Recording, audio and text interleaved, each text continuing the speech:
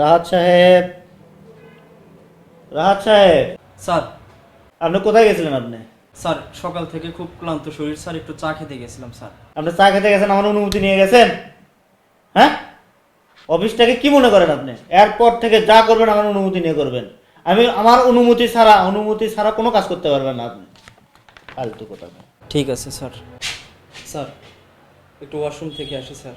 যান স্যার মোবাইলের মেগাবাইট শেষ হয়ে গেছে, একটু রিসার্চ করি স্যার। যান, স্ত্রী ফোন করছে স্যার, একটু রিসিভ করি স্যার। রিসিভ করেন, করে কথা বলেন। স্যার ওই যে পিয়ন করছে কি, ফাইল গোছানোর সময় একটা ফাইল নিচে ফেলে দিছে স্যার, ফাইলটা কি তুলবো স্যার? ঠিক আছে, যান।